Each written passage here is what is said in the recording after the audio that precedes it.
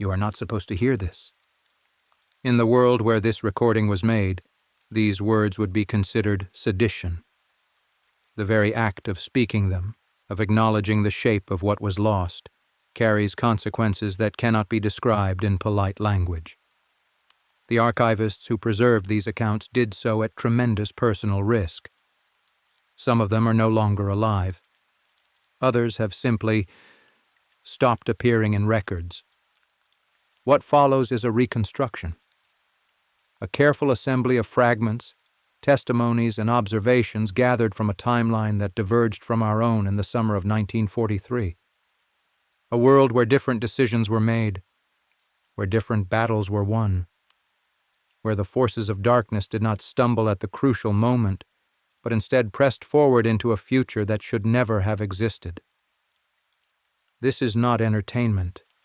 This is not speculation for its own sake. This is a warning, transmitted across the membrane that separates possible worlds, about what happens when humanity fails its most fundamental test. In our timeline, the Allied forces prevailed. Democracy, flawed as it was, survived. The architects of industrialized murder faced justice at Nuremberg. The world rebuilt itself around principles, however imperfectly implemented, of human dignity and international cooperation. But there is another timeline. One where none of that happened. One where the summer of 1943 ended differently. One where the long shadow fell across the entire earth and never lifted. I'm going to describe that world to you now. Not to frighten you, not to titillate some morbid curiosity, but because you need to understand, truly understand in your bones, what we avoided, what we came so close to becoming, what we must never, under any circumstances, allow ourselves to become. Listen carefully. And remember that in another version of history, no one was left to remember at all. The divergence was not dramatic. History rarely turns on grand cinematic moments. It turns on small decisions, minor miscalculations, the butterfly wings that hurricane trackers never see coming. In our timeline, certain operations succeeded. Certain intelligence was decoded in time. Certain commanders made choices that, in retrospect, seem almost miraculous in their precision. In the other timeline, they did not. The details are less important than the outcome. What matters is that by late 1943, the momentum had shifted. The Eastern Front stabilized in ways that should not have been possible. The Atlantic became impassable. The industrial capacity of the Reich, far from crumbling under bombardment, adapted and dispersed into underground complexes that would take decades to fully map. By 1945, there was no liberation of Paris, no D-Day, no meeting of Allied forces at the Elbe. Instead, there were armistices, quiet surrenders, negotiations conducted in windowless rooms by men who understood that the alternative was annihilation. Britain held out the longest. The island became a fortress of defiance, battered by weapons that made the Blitz seem quaint by comparison. But fortresses eventually fall when no relief is coming, when the last ships stop arriving, when the mathematics of starvation become impossible to argue with. The United States, separated by an ocean that suddenly seemed very narrow indeed, withdrew into itself, not conquered, not yet, but contained, watching, waiting, building weapons in secret while publicly maintaining a posture of armed neutrality that satisfied no one. The Soviet Union fractured along lines that had always been present but had been held together by necessity. What emerged from that fracturing were client states, buffer zones, and territories that exist on maps, but not in any meaningful political sense. By 1950, the new order was complete. By 1960, it had been normalized. By the 1980s, the era this document primarily concerns, there were people alive who had never known anything else. who could not imagine a world organized around different principles, who had been educated since birth to believe that what existed was natural, inevitable, and eternal. Those people are not villains. They are victims.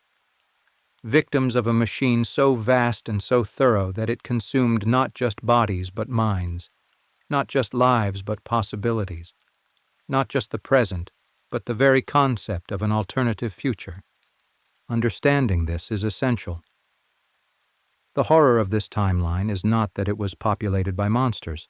The horror is that it was populated by humans, ordinary humans, capable of love and creativity and kindness, who were systematically stripped of the context needed to recognize what had been done to them.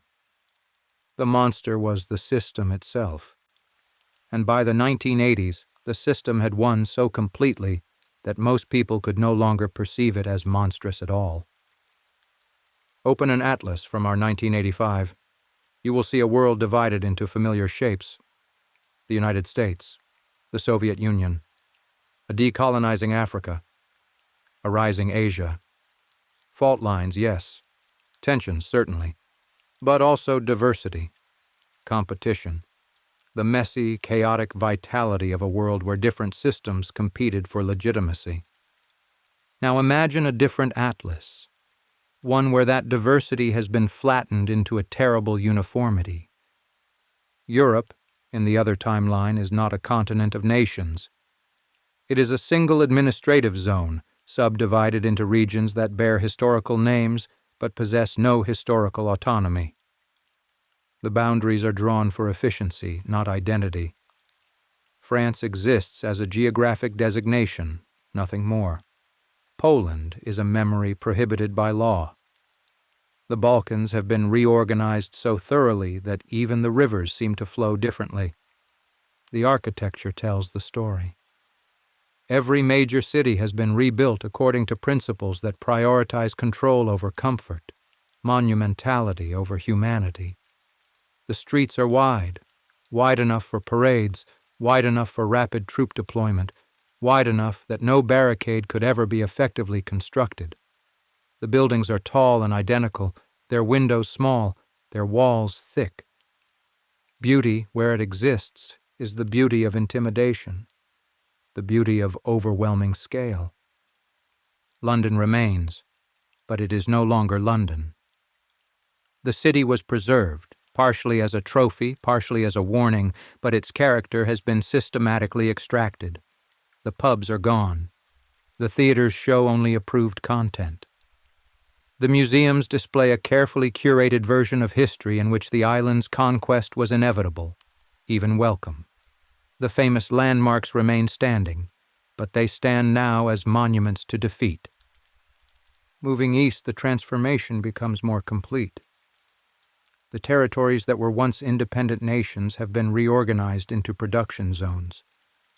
Each zone has a function: agricultural, industrial, extractive. The people who live there exist to serve that function. Movement between zones requires documentation that is difficult to obtain and easily revoked. The great cities of Eastern Europe are gone, not destroyed, that would be wasteful, but emptied and repurposed. Warsaw houses a bureaucratic complex. Prague has become a museum of approved culture, its streets populated by tourists from the West who come to admire quaintness that has been manufactured for their consumption.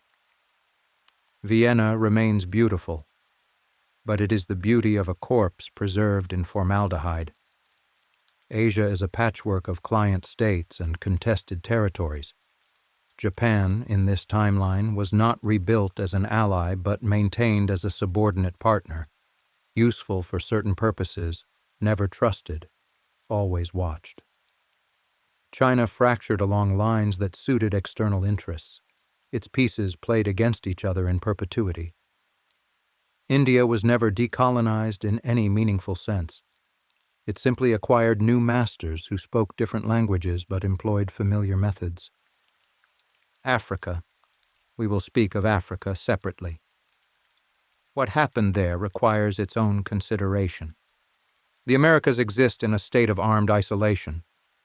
The United States, South America, Canada, they function after a fashion. But they function under permanent siege. Not military siege, not yet, but economic, diplomatic, psychological. They are the holdouts, the remnants of a world order that lost. They know they are being watched. They know they are being waited out.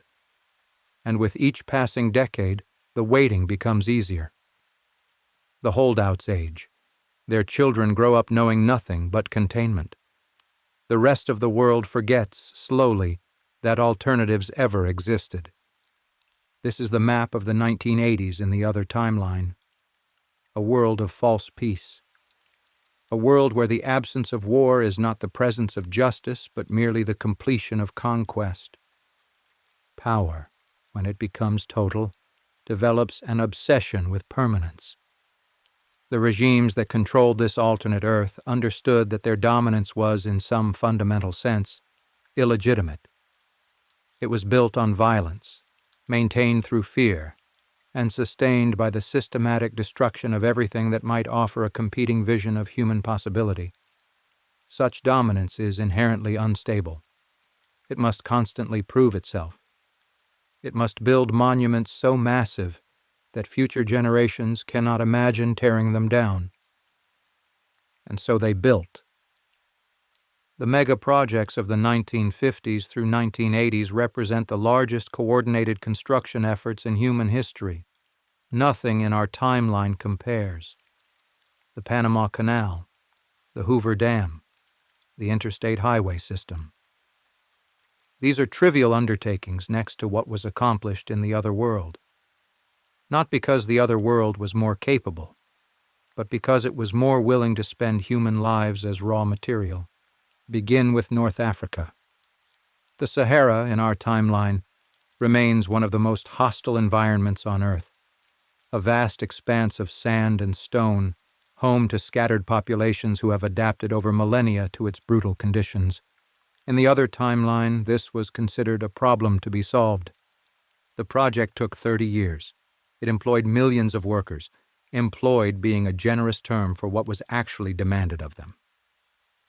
The goal was simple: transform the northern Sahara into productive agricultural land.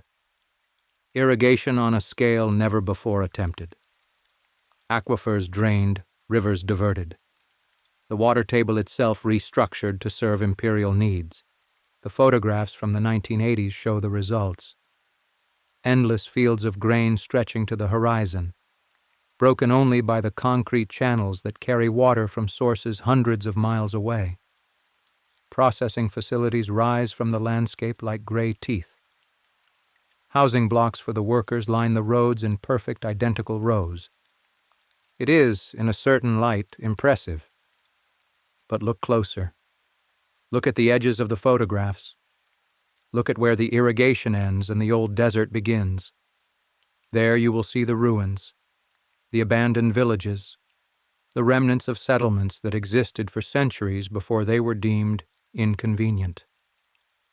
The people who lived there, the people who knew how to live there, who had developed cultures precisely adapted to that environment, are not present in any photographs from the 1980s. They are simply absent. Their absence is not explained. It does not need to be. Everyone understands, without being told, what absence means in the other timeline. Move north to the Mediterranean coast. The ancient cities that once lined these shores, cities that had witnessed Phoenician traders, Roman legions, Islamic scholars, Ottoman administrators, have been rationalized. That is the official term. Rationalized. Their twisting streets straightened. Their historical quarters demolished to make room for efficient modern housing. Their mosques converted to warehouses or simply removed. Alexandria, Tunis, Algiers, Tripoli. The names remain on maps, but the cities themselves are new constructions, bearing no relationship to what stood before. Occasionally, a preserved ruin is maintained as a curiosity. A Roman amphitheater, perhaps, or a segment of ancient wall. These are labeled educational resources. and visited by schoolchildren who learn that history began with the current order and that everything before was mere prologue. In Europe, the projects took different forms. The reconstruction of Berlin is well documented, a city designed from scratch to embody principles of hierarchy and control. The streets radiate from central plazas where rallies can be efficiently organized. The buildings grow taller as you approach the center, creating a visual vocabulary of power that is legible from any angle. The central dome, completed in 1963, is visible from 40 miles away on clear days. It contains nothing of particular importance. It exists only to be seen, to remind everyone always of what rules them. But Berlin is merely the showcase. Throughout the continent, smaller projects served similar purposes. Highways were built not for commerce but for rapid military movement. Rail networks were redesigned to facilitate the transport of resources toward the center and the transport of people toward wherever their labor was required. Every bridge, every tunnel, every junction was engineered with control in mind. The greatest of the European projects was the Atlantic Wall, not the hasty fortification of our timeline, but a true wall, completed over decades, sealing the continent from the sea. The official purpose was defense against invasion from the holdout nations across the ocean. The practical purpose was to prevent escape. By the 1980s, the wall stretched from Norway to Gibraltar. Behind it, no unauthorized vessel could approach the shore. Before it, the Atlantic served as a moat protecting the prisoners from any hope of rescue. These projects reshaped continents. They redirected rivers. They leveled mountains. They demonstrated beyond any argument that the regimes controlling them possessed the power to remake the physical world according to their will. But every project had a cost. Not just in resources, not just in labor, but in something less tangible. Something spiritual, perhaps. The land itself seemed to rebel in small ways. Crops failed more often than projected. Structures required constant maintenance against decay that engineers could not fully explain. Workers reported strange phenomena, sounds, lights, sensations that were officially attributed to fatigue and unofficially discussed in whispers. The land remembered what had been done to it, and the land in its own slow way was keeping score. I will not describe what happened to the populations that the regime considered undesirable. You know what happened. You know it in the broad strokes, and the broad strokes are sufficient. The details would serve no purpose except to wound. What I will describe instead is the aftermath. The silence that remained when the noise was finished. The empty places where people used to be. Walk through certain neighborhoods in the cities of the other timeline's Europe, and you will notice something strange. The buildings are intact. The streets are maintained. There is no visible damage, no rubble, no obvious violence, and yet something is missing. Something that takes a moment to identify. There are no layers. In a normal city, you can read history in the architecture. Buildings from different eras stand side by side. Signs in multiple languages accumulate. The patina of generations lies across every surface, telling you that this place has been lived in, that it has a past, that human beings have loved and worked and died here for centuries. In the empty places, that layering is gone. Everything is from the same era. Everything is in the same style. Everything is clean and new and identical. It is as though history began in 1950 and nothing existed before. The regime called this renewal. They described it as modernization, as progress, as the clearing away of obsolete clutter to make room for efficient contemporary life. But the people who had lived in that clutter, where did they go? The question is not asked, not out loud, not by anyone who wishes to remain in good standing with the authorities. But the question lingers anyway. It hangs in the air of those two clean streets. It echoes in the silence of buildings that should be full of voices and are instead occupied by administrators, by functionaries, by people who transferred in from elsewhere and have no connection to what stood here before. Travel to certain regions of Eastern Europe, and you will find villages that appear on no map. They are maintained, grass cut, structures painted, but they are not inhabited. They are preserved officially as rural heritage sites, but the heritage they preserve is carefully edited. The specific cultures that created them have been removed from the record. The languages they spoke are no longer taught. The religions they practiced are no longer practiced. A heritage site with no heritage. A village with no villagers. A past with no connection to any present. In the cities, the evidence is more subtle but no less pervasive. Certain surnames have become rare. Certain physical characteristics have become unusual. Certain cultural practices, foods, music, holidays, ways of mourning, have simply stopped appearing in public life. People notice this. They cannot help but notice. But they have learned not to comment. To comment is to raise questions that have no safe answers. To comment is to acknowledge something that is officially complete, finished, resolved, and therefore not appropriate for discussion. The regime's term for these transformed regions is harmonized. A harmonized district is one where the population has been adjusted to meet certain standards. The adjustment process is not described. It does not need to be. The empty places tell you everything. I spoke earlier of the land-keeping score. Here is what I mean. In the harmonized regions, there are phenomena that resist explanation. Buildings decay faster than they should.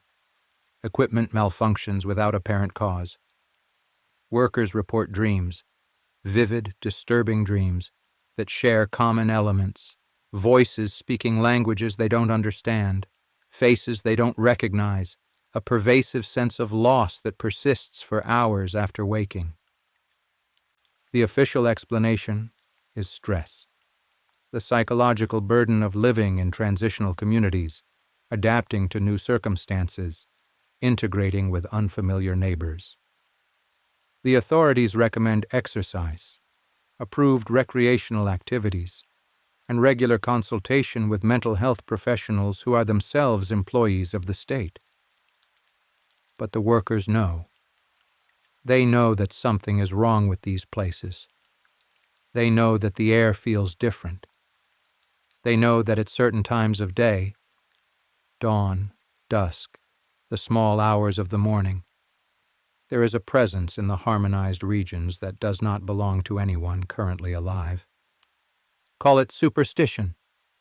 Call it collective trauma. Call it whatever allows you to sleep at night. But the empty places are not truly empty. Something remains there. Something that remembers. The other timeline is not primitive. That is important to understand. The regimes that controlled it were not opposed to progress. They were opposed to freedom. Those are different things. In some respects, the technology of the 1980s in the other timeline surpasses our own. The absence of consumer markets and competing commercial interests allowed resources to be concentrated on projects deemed strategically important. Without the need to appeal to individual buyers, engineers could pursue designs that were efficient without being pleasant, powerful without being accessible, functional without being democratic. Consider aviation. In our timeline, the 1980s saw the consolidation of commercial air travel into a mature industry. Jets became safer, more reliable, more common. Flying was normalized, democratized, made available to the middle class. In the other timeline, commercial aviation barely exists. Private citizens do not fly. Private citizens do not need to fly because private citizens do not leave their assigned regions without documentation that is rarely approved. The skies are reserved for military and state purposes, but those military aircraft are remarkable. nuclear-powered bombers capable of remaining airborne for weeks, reconnaissance planes that can photograph a document on a desk from 60,000 feet. Drones, not the digital satellite-guided drones of our era, but autonomous analog aircraft guided by mechanical computers, patrolling borders and population centers without human pilots. Consider computing. In our timeline, the 1980s were the dawn of personal computing. The desktop revolution was beginning. Individuals gained access to processing power that had previously been reserved for corporations and governments.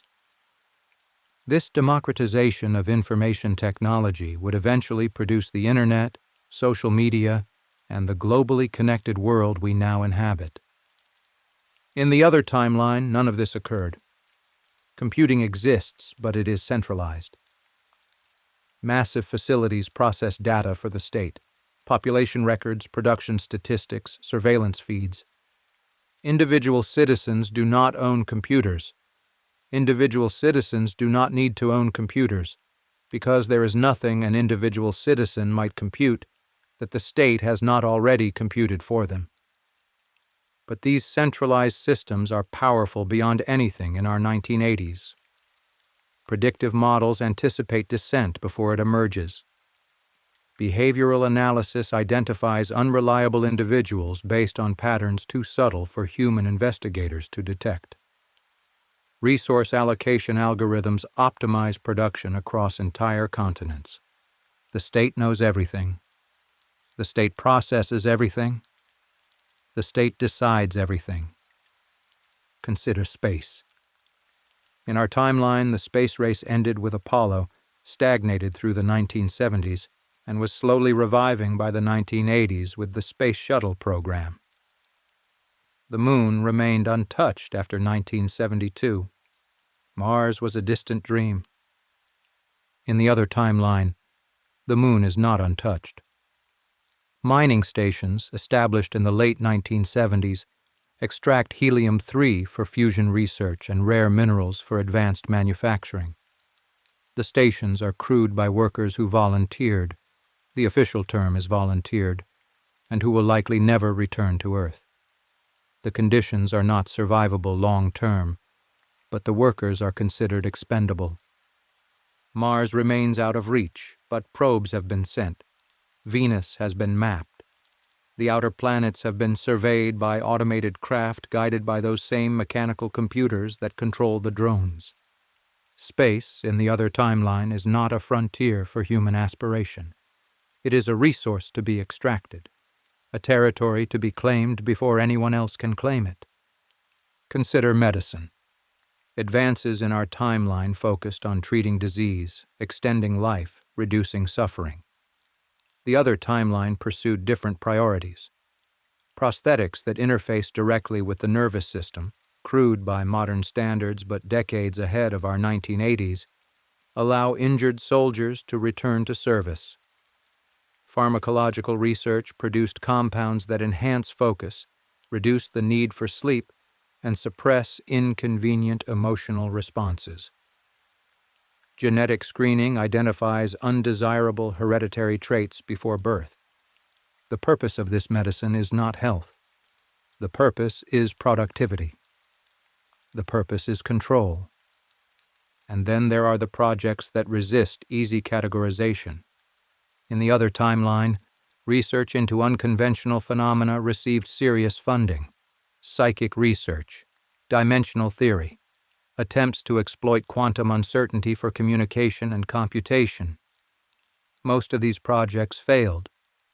Probably, but the records that have been recovered are incomplete. There are references to experiments that achieved anomalous results, references to facilities that were abruptly closed, references to researchers who were transferred to other duties and never published again. What did they find? What were they looking for? What lines did they cross? The answers, if they exist, remain classified, but the questions themselves are illuminating. A regime confident in its materialist philosophy would not invest resources in psychic research. A regime certain of its understanding of physics would not explore dimensional theory. They were afraid of something, or they wanted something, or both. And whatever they found, or whatever found them, seems to have left traces. Imagine waking up in the other timeline. You are a citizen in good standing. Your documentation is in order. Your family has no problematic history. You have committed no infractions, harbored no doubts, expressed no unauthorized opinions. You are, in every measurable way, exactly what the regime requires you to be. And still, every moment of your life is saturated with fear. Not dramatic fear, not the fear of immediate violence, but a low, constant hum of anxiety that never fully subsides, the fear of saying the wrong thing, the fear of being seen with the wrong person, the fear of expressing an opinion that was acceptable yesterday but may not be acceptable today, the fear of the knock at the door that may never come but could come at any time. This is the texture of life under total control. Not the spectacular horrors. Those happen to other people in other places, but the grinding, exhausting reality of constant vigilance, of never being able to relax, of knowing that safety is conditional and can be revoked without warning or explanation. The propaganda is everywhere, but after a while, you stop noticing it. The posters on every wall, the announcements on every radio, the approved content in every publication. It becomes background noise, wallpaper, the unremarkable texture of existence. You do not believe it exactly, but you do not disbelieve it either. It simply is. Culture exists, but it is thin. Approved music follows approved patterns. Approved literature addresses approved themes. Approved art employs approved techniques to convey approved messages. There is nothing that surprises, nothing that challenges, nothing that makes you see the world differently than you saw it before. The result is a kind of spiritual malnutrition. The human soul requires novelty, beauty, meaning, things that cannot be manufactured by committee or approved by bureaucracy. Deprived of these nutrients, something in people begins to wither. They become mechanical. They go through the motions of life without fully inhabiting it. They exist without truly living. Joy becomes suspect. Spontaneous laughter, genuine enthusiasm, unguarded emotion. These attract attention. Safe citizens maintain an even keel. Safe citizens do not become too happy or too sad. Safe citizens fulfill their quotas, attend their approved gatherings, and return to their approved dwellings without incident.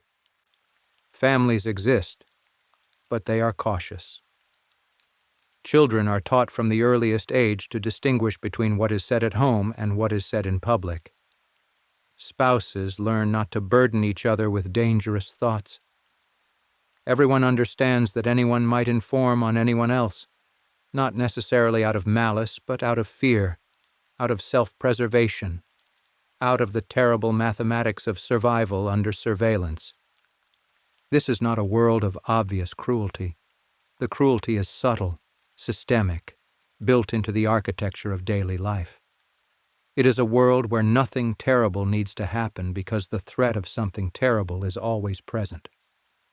Where control does not require violence, because control has become invisible, internalized, accepted as natural. The citizens of the other timeline are not stupid. They are not weak. They are human beings who have been subjected to pressures that human beings were not designed to withstand. Some resist, quietly, in small ways that will never be recorded. Some collaborate loudly for advantages that will never satisfy them. Most simply endure, one day at a time, hoping to survive long enough to see something change. Nothing changes. The regime has been in power for 40 years. The generation that remembers anything different is dying. The generation that will replace them knows only this. And that, perhaps, is the deepest horror of all, not the violence, not the oppression, but the normalization. the moment when the unthinkable becomes ordinary, when the nightmare becomes just another day. I mentioned earlier that there are phenomena in the other timeline that resist conventional explanation. I want to return to that now because I believe these phenomena are significant, not as proof of the supernatural. I make no claims about what is or is not possible, but as evidence of what happens when human suffering reaches a certain scale. There are places in the other timeline where reality seems to function differently. The harmonized regions I described earlier are the most documented examples, but they are not the only ones. Near the sites of the largest megaprojects, the drained aquifers, the diverted rivers, the landscapes stripped of everything that once lived there, similar phenomena have been reported. Instruments malfunction, clocks run at inconsistent speeds, radio communications are disrupted by interference that follows no identifiable pattern. Workers experience time distortions, shifts of minutes or hours that they cannot account for. More disturbing are the reports from the facilities where the regime's unconventional research was conducted. The records are fragmentary, but they suggest that experiments were performed that pushed beyond the boundaries of known physics. Experiments involving energy fields of unprecedented intensity. Experiments attempting to manipulate space-time itself. Experiments whose purpose remains unclear but whose consequences were apparently severe enough to warrant the facility's immediate closure. Around these facilities, the phenomena are more intense. Visible distortions have been reported, shimmering in the air, shadows that move against the light source, geometric patterns that appear briefly and then vanish. Sounds without sources, machinery that isn't there, voices speaking languages that don't exist, a low hum at the edge of hearing that produces nausea and disorientation. And then there are the disappearances. People vanish in the other timeline all the time, of course. The regime has mechanisms for removing inconvenient individuals. But there are other disappearances, disappearances that the regime itself seems unable to explain. Workers who enter certain facilities and never emerge. Travelers who take roads through certain regions and are never seen again. Entire teams who go to investigate anomalies and simply stop reporting. The official explanation is always mundane. Accidents, defections, administrative errors. But the officials who provide these explanations do not seem to believe them. There is a nervousness in the documentation, a sense that something is being carefully not said. What is happening in these places? What did the regime's experiments unleash? What price is being paid for the transformation of continents, the annihilation of populations, the systematic destruction of everything that was not sanctioned by the state? I do not know. But I suspect, and this is only suspicion, grounded in pattern recognition rather than proof, that there are consequences for what was done in the other timeline that extend beyond the political, the social, the human. Some boundaries should not be crossed. Some scales of destruction create wounds that do not heal. Some actions leave marks not just on history but on something deeper, something that our physics does not yet have words for. The other timeline violated those boundaries. It crossed those scales. It left those marks. And now something is seeping through the wounds. In 1977, in our timeline, a telescope in Ohio detected a radio signal from space that has never been explained. It lasted 72 seconds. It bore the hallmarks of artificial origin. It was never repeated. We call it the WW signal, and it remains one of the great mysteries of the search for extraterrestrial intelligence. In the other timeline, something similar happened. But it did not stop. Beginning in the early 1980s, observatories under regime control began detecting signals from deep space that defied conventional explanation. Unlike the single burst in our timeline, these signals were ongoing. They followed patterns that suggested structure, intention, meaning. but the meaning, if any, remained opaque. The regime, predictably, classified everything. The signals were deemed a state secret. Researchers were sequestered in facilities where their work could be monitored and controlled. The public was told nothing, but fragments have leaked. Fragments always leak, eventually. The signals appear to be responses to transmissions that the regime sent, intentionally or unintentionally, during its experiments with unconventional physics. Something, somewhere, heard what was being broadcast from Earth, and something, somewhere, began answering. What is it? No one knows. The researchers who worked on the project used terms like dimensional adjacency and information transfer across non-local boundaries, but these may be attempts to impose scientific vocabulary on phenomena that science cannot yet address. What is clear is that the regime is frightened of whatever is responding. The facilities dedicated to this research are among the most heavily guarded in the world. Workers are screened with unusual intensity. Entire departments exist solely to monitor and contain whatever information emerges from the analysis. Some researchers believe the signals are warnings. Others believe they are invitations. A few believe they are something worse, a kind of attention, drawn by the unprecedented energy of the regime's activities, now focused on Earth in ways that may not be benevolent. The regime, for its part, has continued to transmit. Whatever dialogue is occurring, they have chosen to participate. Whether this is hubris, curiosity, or desperation is impossible to say. But I will note this. The phenomena in the harmonized regions, the disappearances near research facilities, the distortions in reality that seem to be spreading, these have all intensified since the signals began. Correlation is not causation. But in a world where so much has been deliberately hidden, correlation is sometimes the only evidence available. The other timeline continues. As far as we can determine, it has not ended. It has not collapsed under its own contradictions. It has not been transformed by revolution or reform. It simply persists, day after day, year after year, a wound in the fabric of possibility that refuses to close. The people who live there continue to live. They wake up. They go to work. They raise children. They grow old. They die. The cycle repeats.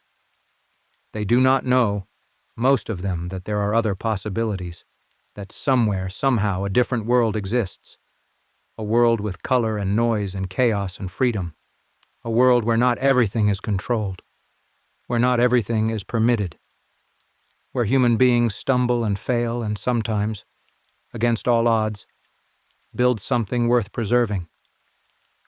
They do not know, and they cannot know, because the regime has been very thorough. The regime has erased the evidence.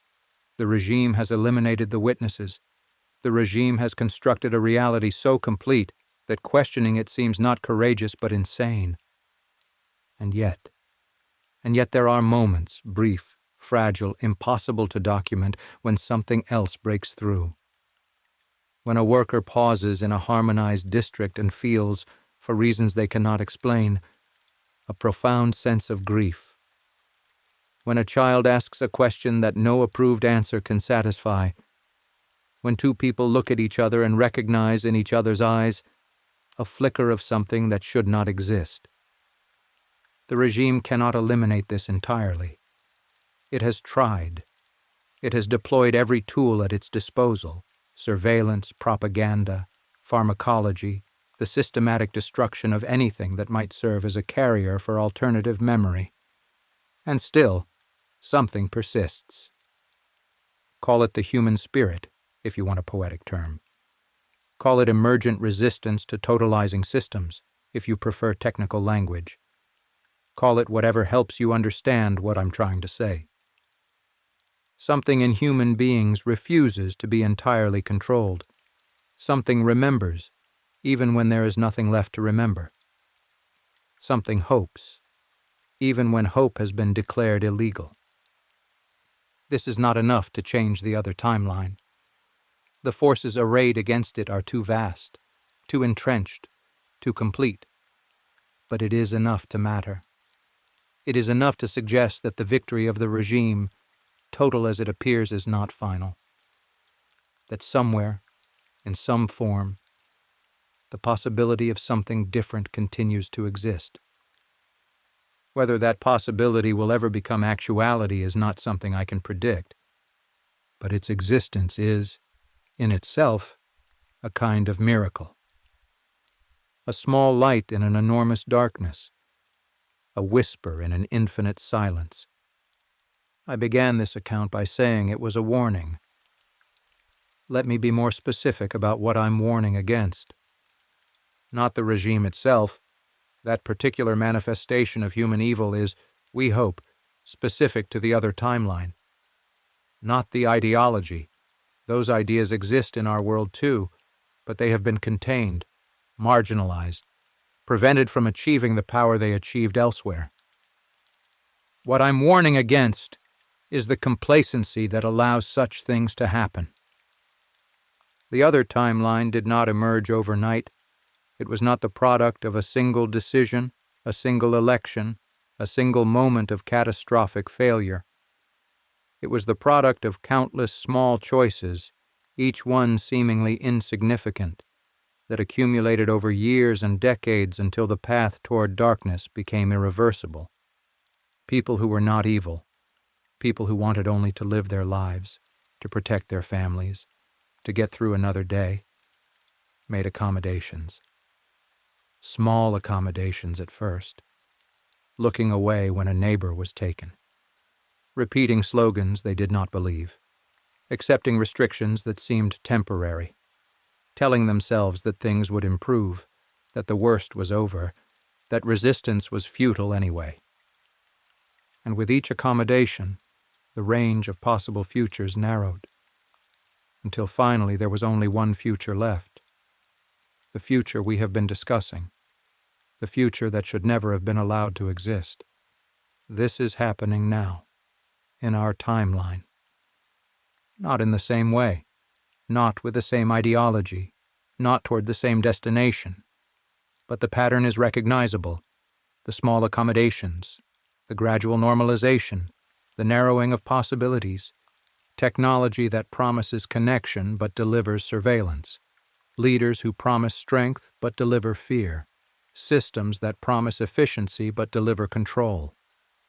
The slow erosion of the spaces where human beings can be human, messy, contradictory, free. I am not saying that our timeline is doomed. I am not saying that the other timeline's fate is our fate. I am saying that the difference between our world and theirs is not as vast as we would like to believe. The membrane is thin. The distance is short. The path from here to there is paved with choices that seem insignificant until they're not. What happened in the other timeline happened because people forgot what they were capable of becoming. They forgot that civilization is not inevitable, that rights are not self-enforcing, that freedom is not a natural state, but an achievement that must be defended, actively, constantly, against every force that would prefer humans to be predictable, manageable, controlled. The other timeline is not a fantasy. It is a possibility that exists right now in the space of futures that branch from this moment. Every choice we make, every accommodation we accept or refuse, every boundary we defend or surrender pushes us toward one branch or another. I cannot tell you which branches lead where. I cannot give you a map of the future. I can only tell you what I have seen in the world where the worst possibilities were realized. The emptiness, the silence, the places where people used to be, the land that remembers what was done to it, the signals from somewhere that should not be answering, the eyes of human beings who have forgotten what freedom felt like. This is what waits at the end of certain paths. This is what we must never allow ourselves to become. The other timeline exists. It continues. It suffers. Let it remain other. let this warning be enough. Let us choose, each of us, every day in ways large and small, to be the kind of people who would never let that world come into being. The darkness is patient, but so is the light, and the choice, for now, remains ours.